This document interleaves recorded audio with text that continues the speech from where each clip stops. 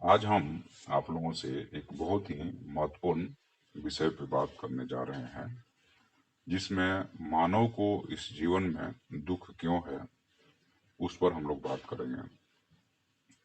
तो मानव हर चीज को अपने हिसाब से पकड़ के रखना चाहता है या उसको स्टेबल करना चाहता है, लेकिन यह जीवन या यह जो है सो दुनिया है या यह संसार है, यह समय के साथ में परिवर्तनशील है। लेकिन हम क्या चाहते हैं कि हम उसको पकड़ के रख लें। जो पकड़ के रखने वाला है वह खुद ही परिवर्तनशील है। आप मानव के जीवन को थोड़ा सा करीब से देखिए, नजदीक से देखिए, तो आप यहाँ पे पाएंगे कि हम लोग क्या है कि बिखर रहे हैं समय के साथ।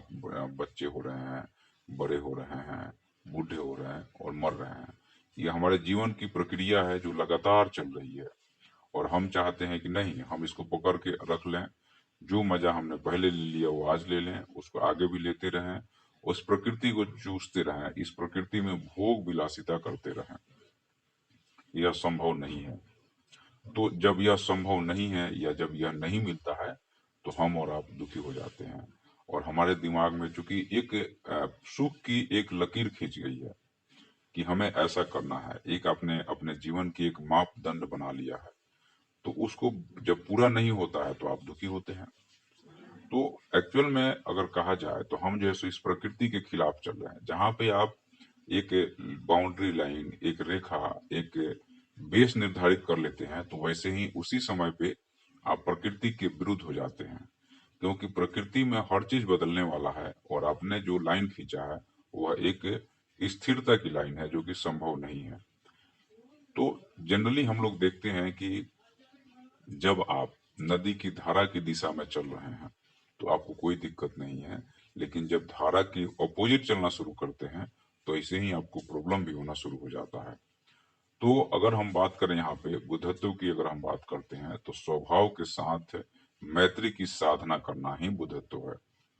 हम हारते हैं, एक्चुअल में कहा जाए तो हम कभी हारते ही नहीं हैं, क्योंकि जीत की आकांक्षा के कारण हार का भाव हमारे अंदर पैदा हो रहा है। हमने पहले बोला आपको कि हम क्या कर रहे हैं, एक लाइन खींच दिए हैं, एक स्टेबिलिटी की लाइन खींच दी है, एक जीत की लाइन खींच दी है, और वो आकांक्षा है जो हमें बार बार जो है सो आपको हराने की कोशिश कर रहा है, या कहिए कि आप हारने की कोशिश आप खुद ही हार रहे हैं। वह जो डेड लाइन आपने खुद ही बनाया है, इसलिए आप हार रहे हैं। जो प्रकृति है, किसी भी चीज को स्थिर रहने के देती ही नहीं है। प्रकृति का काम ही बहाव है, और आप जो है सो अपने आप को स्थिर करने के काम करते हैं, इसलिए आप दुखी हैं। जीवन जो है सो गया, मौत भी जाएगा, और इस स्वभाव को स्वीकार करने वाला सदा खुश रहता है। अगर आप इस सहज भाव से स्वीकार कर लें कि यह जीवन भी चला जाएगा, मौत एक दिन आ जाएगा, और जो चल रहा है वह सब ठीक है, तो फिर ठीक है, फिर दुख नहीं होगा। लेकिन जहां आपने उसको बांध लिया तो फिर आपको दुख होगा। अब इसमें दुख का अगर हम दुख के कुछ कारणों की बात करते हैं, तो आशा, द्वेष और तृष्णा, ये तीन चीज है जो मुख्य रूप से दुख के कारणों में माना जाता है। समान रूप से कागज के फूल को हम लोग काफी लंबे समय तक रख सकते हैं, लेकिन असली फूल को नहीं। इसलिए हम लोग क्या किए हैं कि प्यार को बचाने के लिए शादी का ढोंग रचना शुरू कर दिया यह मानव, क्योंकि उसको पता है कि बहुत दिन तक हम इस चीज को कंटिन्यू नहीं कर सकते हैं, तो शादी कर लो। लेकिन प्रेम लंबा समय तक टिक नहीं सकता है, क्योंकि यह एक आसक्ति है। बहने का नाम जीवन है, और ठहराव ही एक तरह से कहा जाए तो खत्म होना है। तो जैसे आप मूर्ति पूजा करते हैं तो एक ठहराव हो गया, लेकिन यह प्रकृति तो ठहर नहीं रही है, वो तो समय के साथ अपने आप को पैदा करते जा रही है, नए नए चीजें बनाते जा रही है, और आप अपने आप को एक छोटी सी जगह में बांध दिए, ठहर गए, मर गए, कल्चर खत्म हो गया।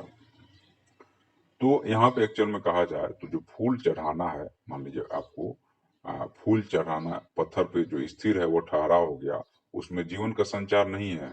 तो हमें जो है सो जीवन के संचार वाली चीजों पे ज्यादा ध्यान देना है। तो अब एक तरह से कहा जाए तो मुर्दा से जो आपको स्थिर हो गया, उससे संबंध जोड़ना दुख का कारण बनेगा। और सुख की स्वभाव तो आपको तरलता में है, जो आपको हमेशा समय के साथ बदल रहा है, उसमें सुख है। दुख तो आपको मिलेगा ही बाकी, जहां पर भी देखेंगे आप।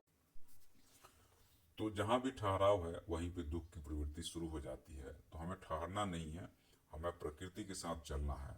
इस प्रकृति को देखना है, समझना है और फिर उसके हिसाब से हमें काम करना है। ठहरना नहीं है, जहाँ पे भी ठहराव होगा वहीं पे जो है सो मौत आ जाएगी। तो दुख को छोड़ो, क्योंकि दुख भी एक मौत का कारण ही है। तो हमें क्या करना पड़ेगा, हमें शून्यता की तरफ जाना पड़ेगा। शून्यता का मतलब काम, क्रोध, मद, लोभ, ईर्ष्या और डर को हमें कम करना पड़ेगा। इसकी इंटेंसिटी हमारे जीवन में जितना कम होगी, हम उतना ही आराम से जीवन को, सहज भाव से जिंदगी को जी सकते हैं। हमारे पास से दुख के अलावा हमने किया क्या है जीवन में, अगर देखा जाए तो हमने जो है सो हमेशा अपने आप को कोसते रहे, हमारा ये नहीं हुआ, हमारा वो नहीं हुआ, और हमेशा हम दुखी होते रहे। लेकिन अगर हम चाहें तो हम सुखी भी रह सकते हैं, बशर्ते बस अपने स्वभाव को चेंज करना पड़ेगा। आपको विश्वास नहीं होगा, जो संडे का दिन होता है वो सबसे दुर्घटनाग्रस्त वाला दिन होता है। ये बात है United state of the America की, इसलिए क्योंकि वहाँ पे संडे के दिन सब लोग बाहर निकल जाते हैं।